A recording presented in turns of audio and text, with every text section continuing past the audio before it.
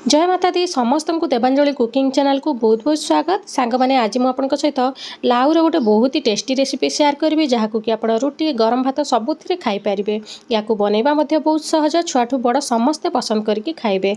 ताहले चलतु बनवा स्टार्ट करवा। भिडियो को पूरा शेष पर्यंत देखते। आ गोटे कथा आपण जो चैनल नुआ अच्छा चैनल को सब्सक्राइब कर दिंतु। भिडियो को पूरा लास्ट पर्यंत देखते। ताहले चलतु स्टार्ट करवा। लाउ तो सेमिति भी बहुत ही हेल्दी लाउ खाइबा। आहरी मु दुईटा जिनिस ऐड करी जमीक मुग डाली आउ हरड़ डाली नहीं। देखो छुआ मान तो सेमिति डाली खाइबा पसंद करते किंतु एभली आपण थरे बनईकी देले देखिए समस्ते पसंद करेंगे। तापर आम ए दुईटा डाली को गोटे मिक्स कर नबा आउ भलसे धोई नबा। गोटे गोटे गोड़ी भी थाए सेटा आपण भलसे गड़े नेबे। आ देखो मु धोई नहीं। तापर आम प्रेसर कुकर नहीं जावा आउ डाली को एथिरे देईदबा। प्रेसर कुकर सीझेले शीघ्र डालीटे सीझीज से कुकर यूज करुच्ची। आउे एथिरे आमे देईदबा 2 गिना खंडे पानी। पानी आपण केते पानिया करने चाहूबे सेतिकी देबे। आउ डालीटा सीझीज भी भलसे। तापर देईदबा आधा चामच हलदी गुंड आउ देईदबा एथिरे आधा चामच खंडे लंका गुंड।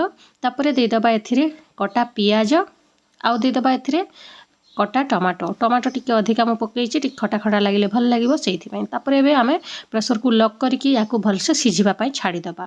तापर चलतु देखु मु लकी को एभलिया पीस रे काटी नहीं। पतला पतला टिके शीघ्र सीझीज से मुझे पतला काटी। आप निज मनपसंद अनुसार सेप दे पारे।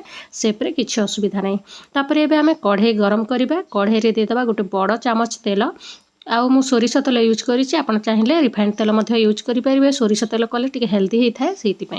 तापरे टिके तेल भलसे गरम हो सारा पर मु सोरिष जीरा फुटे देइछि। तापरे दे देइछि सुखिला लंका आउ तापरे हिंग टिके भी दे देइछि।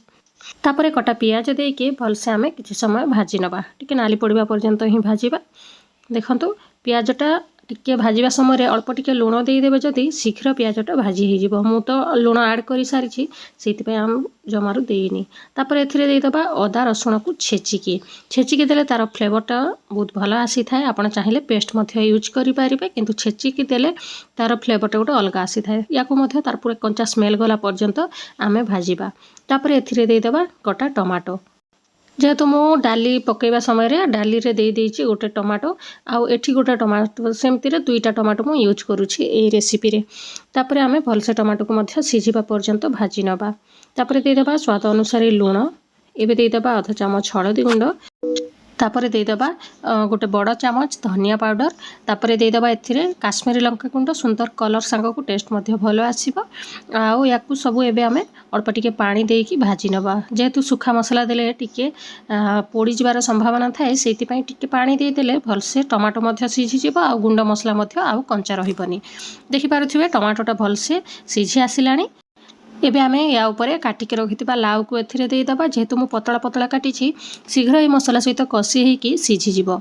आमे भलसे 2 ରୁ 3 मिनिट पर्यंत कषिबा मसला सहित। फ्लेवरटा बहुत भल दब। जदि आपण बिना डाली रे भी करबा पई चाहूथिबे ताहले एभलिया मसला प्रस्तुत करिकी बनई पारिबे। तापर एबे आमे घोड़े दबा जे पर्यंत कि हमर लाउटा सीझी न जाईछि।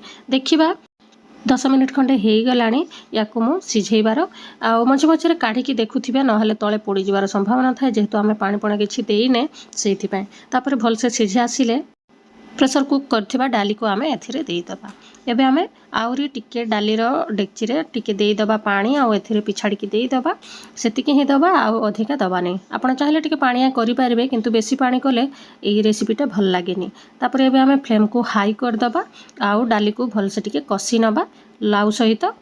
सांग माने याकू बनैबा मध्य देखि पारुथिबे केते सहज।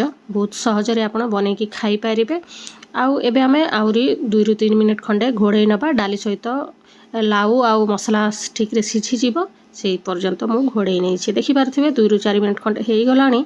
मु खोली नहीं। एबे हमर पूरा प्रस्तुत हो गला। एबे आमे लास्ट को टिके ऐड कर देबा गरम मसला आउ टिके दे देबा एथिरे धनिया पत्र। बस एबे हमर रेसिपीटा पूरा मस्त हो गला। आशा करुछि एई रेसिपी आपण मानकू समस्त को पसंद आसीथिबो। भिडियोटी को शेष पर्यंत देखिथिबारु बहुत बहुत धन्यवाद।